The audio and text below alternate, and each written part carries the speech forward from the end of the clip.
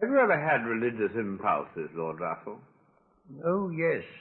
When I was adolescent, I was deeply religious. I was more interested in religion than in anything else, except perhaps mathematics. And being interested in religion led me, which it doesn't seem often to do, to look into the question whether there was reason to believe it. I took up 3 questions. It seemed to me that God and immortality and free will were the 3 most essential questions. And I examined these one by one in the reverse order, beginning with free will. And gradually I came to the conclusion that there was no reason to believe any of these. And that I thought I was going to be very disappointed, but oddly enough I wasn't. But how did you come to convince yourself there was no reason to believe in any of these 3 things? Well, over free will, I think the argument was not a valid one, and I don't any longer think it was at all conclusive, but I thought that because I thought that all the motions of matter are determined by the laws of dynamics, and the motion of a man's lips when he speaks must be so determined so that he can have no control over what he's going to say. I don't think that was a valid argument, but that convinced me at that time. About immortality, well, it seemed to me quite clear that the relation of body and mind, whatever it may be, is much more intimate than is commonly supposed, and that there's no reason to think that a mind persists when a brain decays. And as for God, well, there are a great many arguments that have been advanced in favor of the existence of God. And one and all, I thought and still think that they're invalid, and that nobody would have accepted such arguments if they hadn't wanted to believe the conclusion. Do you think that it is certain that there is no such thing as God, or simply that it is not proven? I don't think it is certain that there is no such thing. No, I think that it is on exactly the same level as the Olympic gods or the Norwegian gods. They also may exist, the gods of Olympus and the gods of Valhalla. I can't prove they don't, but I think the Christian God has no more likelihood than they have. I think they're a bare possibility. Do you think that religion is good or harmful in its effects? I think most of its effects in history have been harmful. Not all. Religion caused the Egyptian priests to fix the calendar and to note the occurrence of eclipses so well that in time they were able to predict them. I think those were beneficial effects of religion. But I think the great majority have been bad, and I think they've been bad because it was held important that people should believe something for which there did not exist good evidence, and that falsified everybody's thinking, falsified systems of education, and set up also what I think complete moral heresy, namely that it is right to believe certain things and wrong to believe certain others, apart from the question whether the things in question are true or false. But do you mean there's a kind of censorship of thought that goes on, which prevents free thinking? I do, yes. I mean, if you take practically any school in the world, any school for boys and girls, you will find that a certain kind of belief is taught. It's one sort in Christian countries and another in communist countries. But in both, something is taught, and the evidence for what is taught is not impartially examined, and the children are not encouraged to find out what there is to say on the other side. Well, what is it that makes man, over the centuries, demand a religion? I think mainly fear. man feels himself rather powerless, there are three things that cause him fear. One is what nature can do to him. It can strike him by lightning or swallow him up in an earthquake. One is what other men can do, which is that they can kill him in war. And the third, which has a great deal to do with religion, is what his own violent passions may lead him to do. The things which he knows in a calm moment he would regret having done. And for that reason, most people have a great deal of fear in their lives, and religion helps them to be not so frightened by these fears. But the founders of religions, I say religions in the plural, have very little to do with what their followers teach. Very little indeed.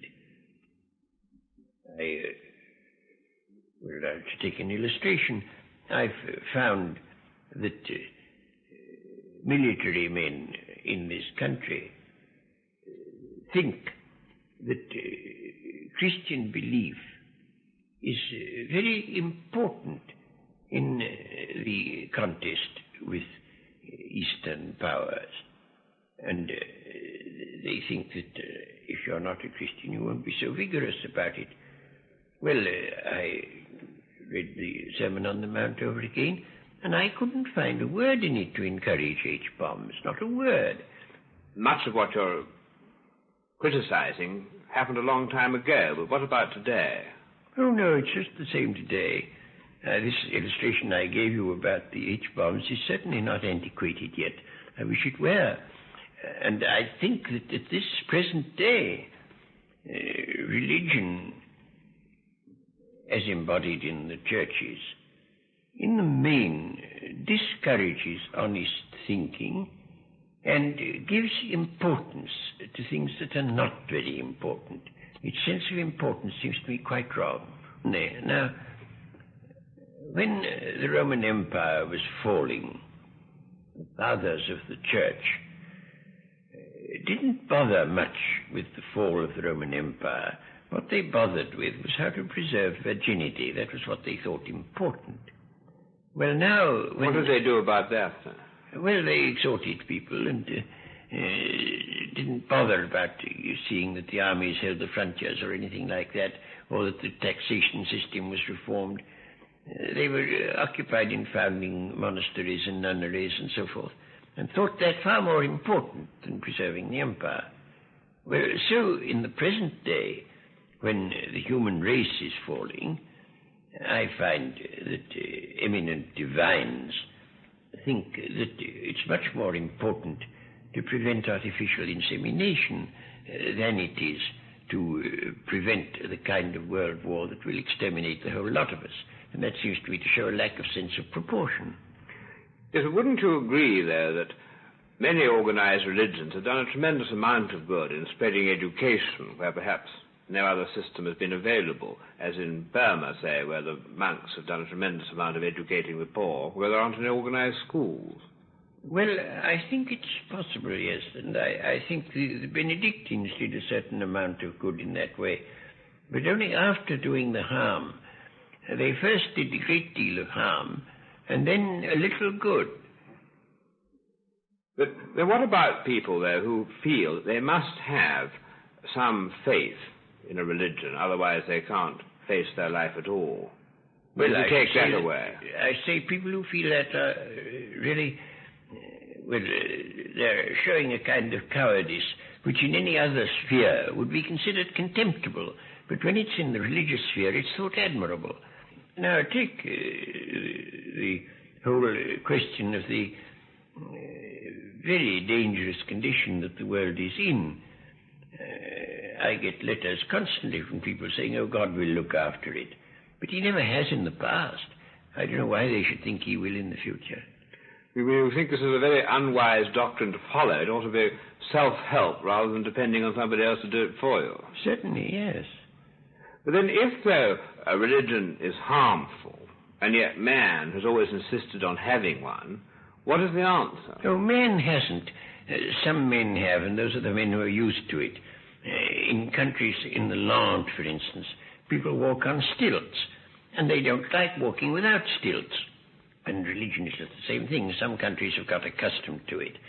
But now, I spent a year in China, and I found that the ordinary, average Chinese had no religion whatsoever, and they were just as happy, I think, given their bad circumstances, happier than most Christians would have been.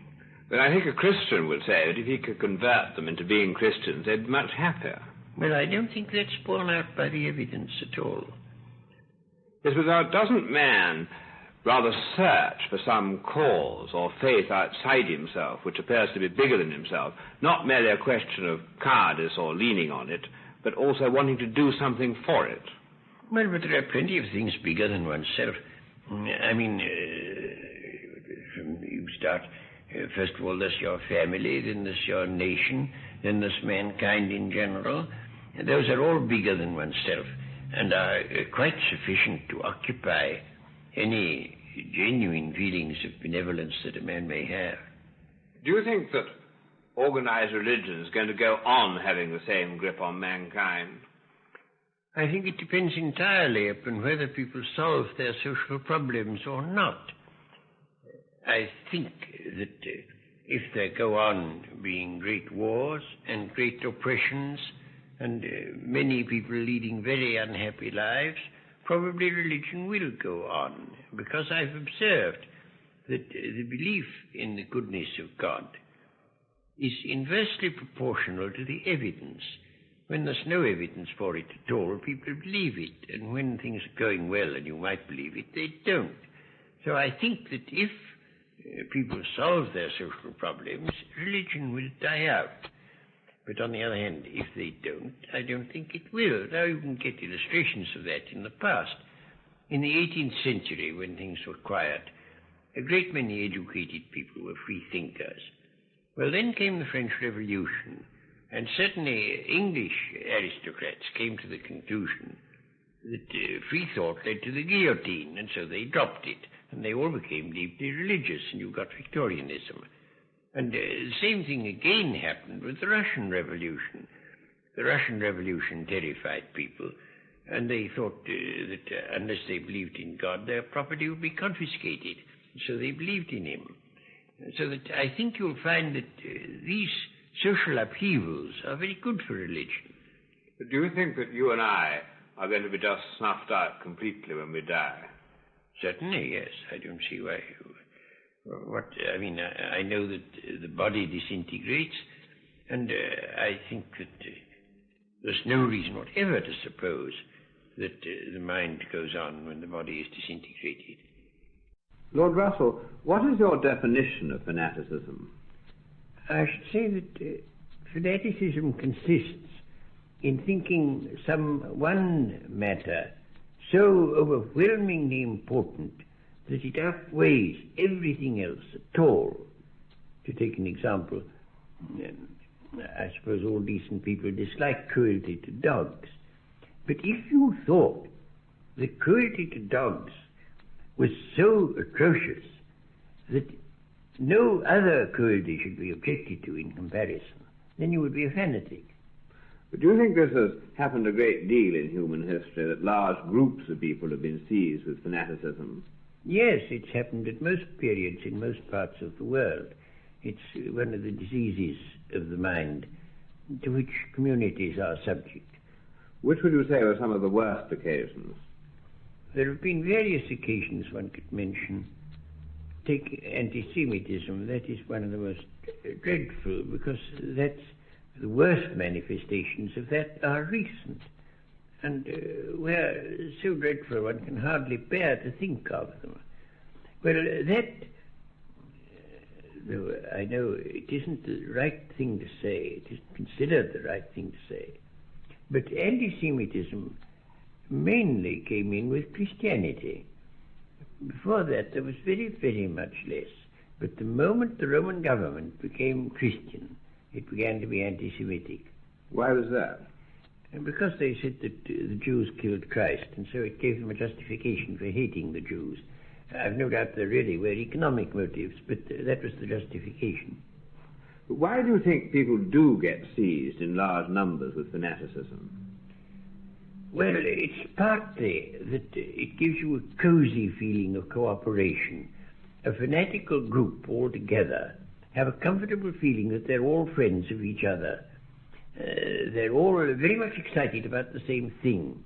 You can see it in any political party. There's always a fringe of fanatics in any political party. And they feel awfully cozy with each other. And when that is spread about and is combined with a propensity to hate some other group, you get fanaticism well developed. But might not fanaticism at times provide a kind of mainspring for good actions? It provides a mainspring for actions, all right, but I can't think of any instance in history where it's provided a mainspring for good actions. Always, I think, for bad ones, because it is partial, because it almost inevitably involves some kind of hatred. You hate the people who don't share your fanaticism. It's almost inevitable.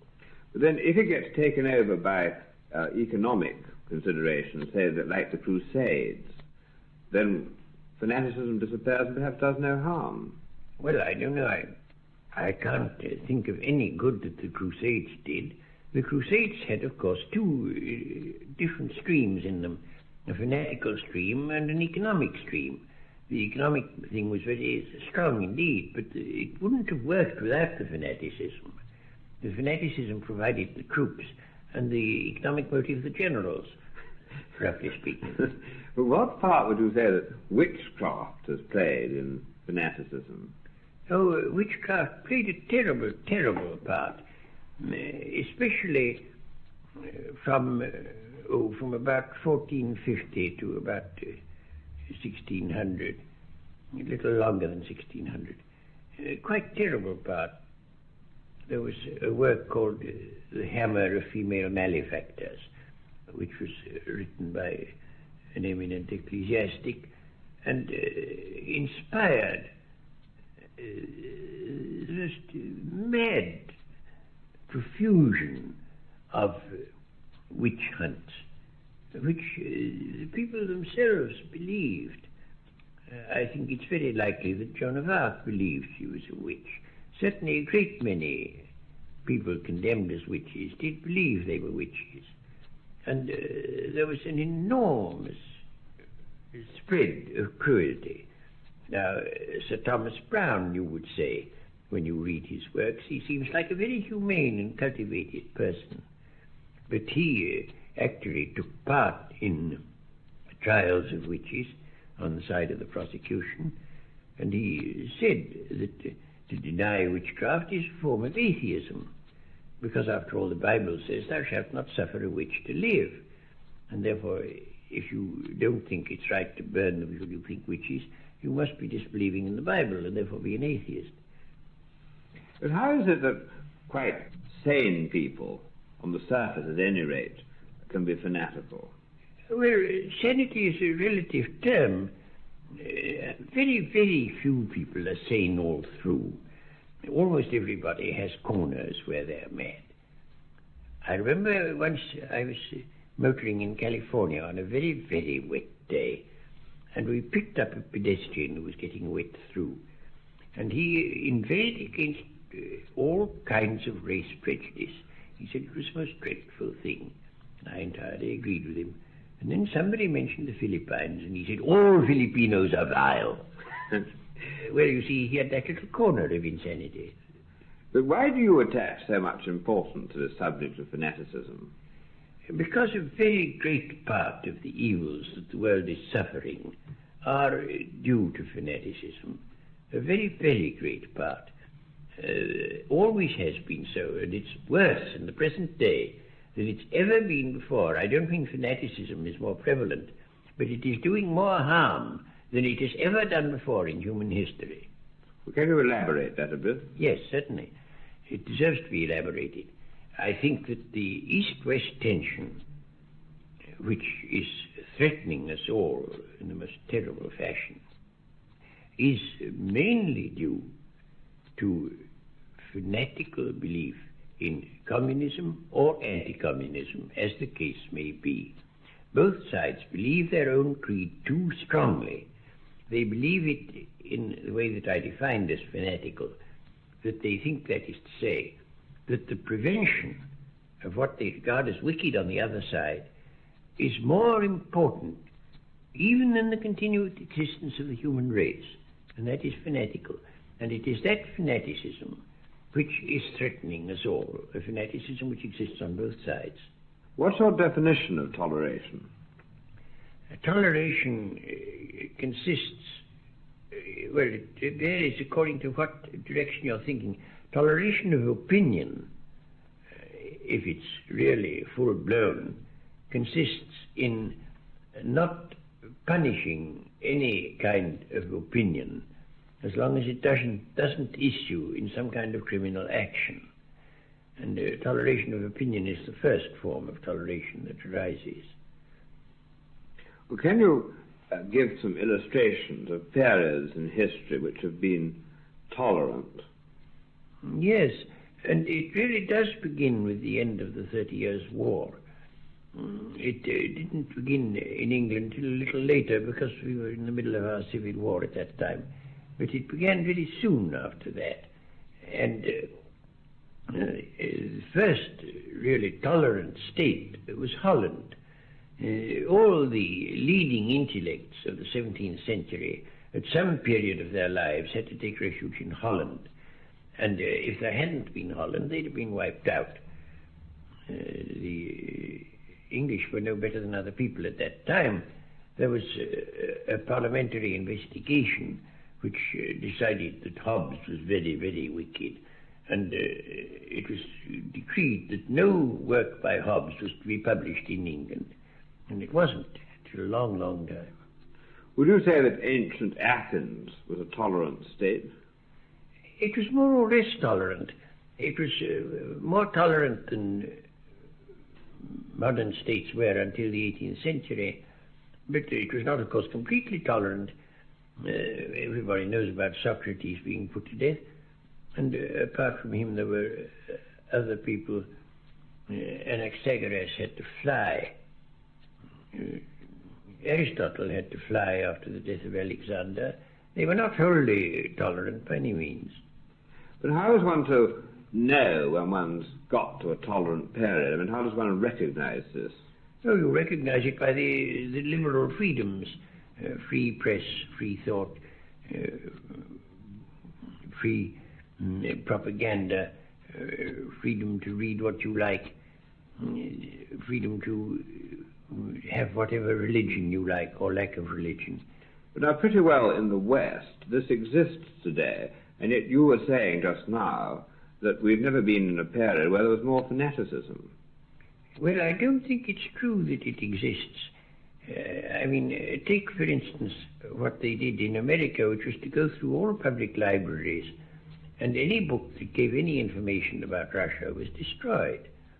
And you can't call that exactly tolerant. If you're not enthusiastic, you don't get things done. But if you're over-enthusiastic, you run the danger of becoming fanatical. Well, now, how do you make certain that what you're doing is all right and that you haven't become in a fanatical state? Certainty is not ascertainable. But what you can do, I think, is this. You can make it a principle that you will only act upon what you think is probably true. If it would be utterly disastrous if you were mistaken, then it is better to withhold action. I should apply that, for instance, to burning people at the stake. I think if the received theology of the ages of persecution had been completely true, it would have been a good act to burn heretics at the stake. But if there's the slightest little chance that it's not true, then you're doing a bad thing. And so I think that's the sort of principle on which you've got to go. Would this apply to political parties and governments? Oh, certainly it would. I mean, everybody who belongs to a political party thinks the other party's in the wrong. But he wouldn't say, therefore, you have a right to go and assassinate them. There are certain things you may do when you think a party isn't wrong, and certain things you mayn't. But what do you think of the limits of toleration? I mean, you can get into a situation where you have complete license and chaos. Well, the general principle there is that people should be allowed to advocate any change in the law that they like.